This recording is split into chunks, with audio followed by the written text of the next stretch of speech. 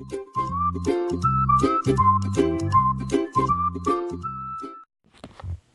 everyone, welcome back to my channel, Cooking Kay's Way, and today we are going to be making chicken enchiladas.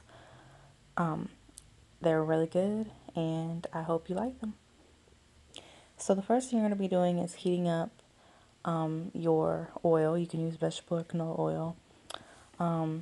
And you'll want to heat that up in your pan because we're going to be making our homemade enchilada sauce.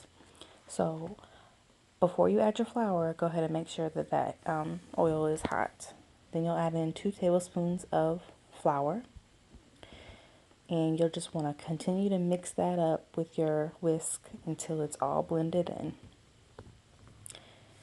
And you're going to let this cook for about a minute or so until you kind of smell that baked flour smell. You cooks know what I'm talking about. But it's a distinct smell and it's not burning, but it's like a kind of like you're baking like not bread, but maybe like a pie crust or something like that. It kind of has that smell to it, and that's kind of when you know that the flour is starting to cook but not burn.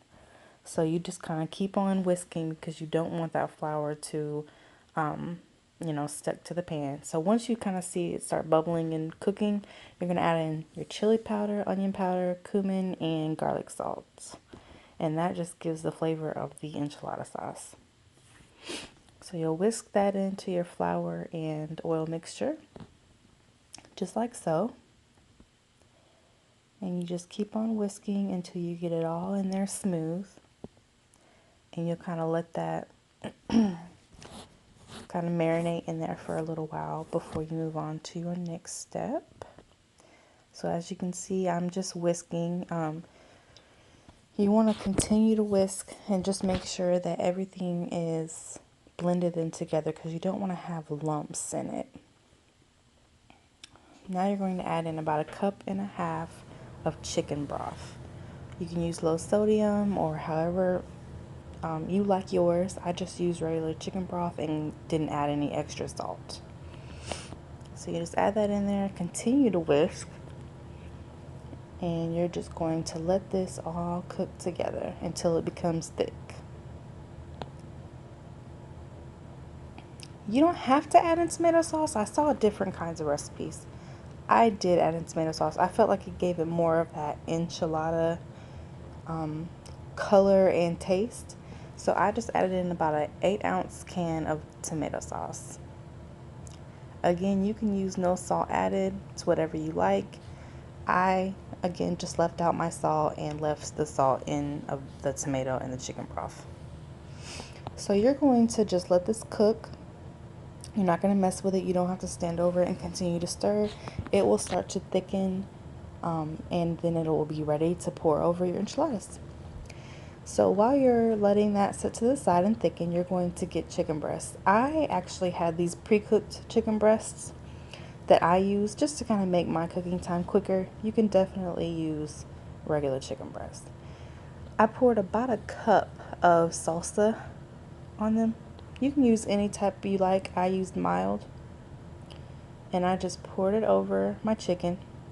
And these are frozen. They like I said, they're pre-cooked. So I just put them into your pan and they just basically I'm just heating them through. You can still do this with raw chicken breast though. It'll still cook the same. You'll just have to cook it longer. This is actually a homemade taco / fajita seasoning that I made. I can add the ingredients down below so that you guys can make that yourself. I love making my own taco and fajita seasonings because you kind of can control how much salt and stuff that you put in your food. So it's definitely something that I would recommend people to make if they're cooking a lot at home. Then I'm going to add about 1/4 cup of water just to make sure that nothing burns. You don't want to have little burnt, onions or green or bell peppers from the salsa, on your chicken. So after it was heated through, took me about 15-20 minutes because like I said, I used pre-cooked chicken. You'll know when your chicken is done. Of course, it'll be white and not pink. So once you do that, you're going to take them out and you're going to cut them up. Now, you can either cut them into small cubes or you can cook them a little bit longer on lower heat and shred them. It's completely up to you. I just cut mine into small little cubes. I shred them sometimes too. Sometimes if I'm using regular raw chicken breast, I'll put them in my slow cooker with salsa, with the same stuff, salsa, a little bit of water, and seasoning, and I just let them cook and then I shred them, and it's just as good. So I mean, either way, this was just something I did today quickly, so it's completely up to you how you want to do it. So once you make sure that your chicken is all cut up or shredded, you're going to add it back to the pan. And you see me, I'm just kind of going through making sure that all those bigger pieces are cut. So now I'm going to add a full block of cream cheese. You can skip this part. I love cream cheese. I love the texture and the flavor that it gives it. Again, it's completely up to you. This is just how I like to do my chicken enchiladas. I actually do them different all the time, so this is just a recipe I decided to share. But I definitely love adding a little extra to my chicken just to make it more creamier and more tasteful as the filling. And if you are using it, it's easier to let it sit out for a while. I actually didn't let mine sit out, and you see it's a little bit harder to melt. It took me a little longer than it would have had I had my cream cheese sitting out for a little while to soften up. So as you can see, I'm just blending that cream cheese in with my chicken. And I'm doing this on about medium heat because you don't want it to burn, but you also want it to be warm enough for the cheese to melt into that chicken. So that's what you see me doing here. I'm just mixing it all up, making sure that it's combined through all of the chicken. And once you're done heating it up, you're going to get your pan ready. So you're going to take about half of your homemade enchilada sauce and put it at the bottom of the pan. Now, the next step is you're going to start rolling your enchiladas. I actually today with this recipe, I used regular flour tortillas. I actually like to use corn tortillas and fry them up a little bit, but I couldn't find corn tortillas where I had went to get my ingredients, so I settled for flour. You can heat your floured tortillas up in the microwave or on the stovetop. I just warmed mine up to make them easier to roll. I didn't do anything fancy with this recipe. Like I said, this was just something quick that I was making for dinner, but I decided to share with you guys because it is really delicious. It still is really good enchiladas. Some people don't like to use flour because they say it makes it soggy. Mine, they're not soggy to me. It's really all about your preference, I think.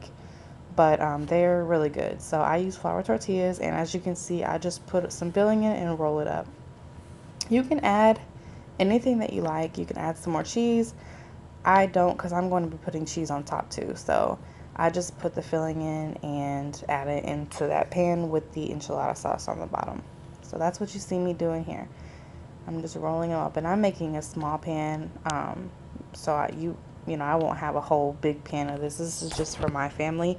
You can definitely make more, double the recipe if you're wanting. Well, you really don't have to double the recipe because you can have, you'll have an extra of the sauce and the filling. I actually had a little extra that I just made some burritos for later on that day or the next day or something. So you will have some extra if you want to make more. So now, as you can see, after I roll them up, I'm adding more enchilada sauce on top.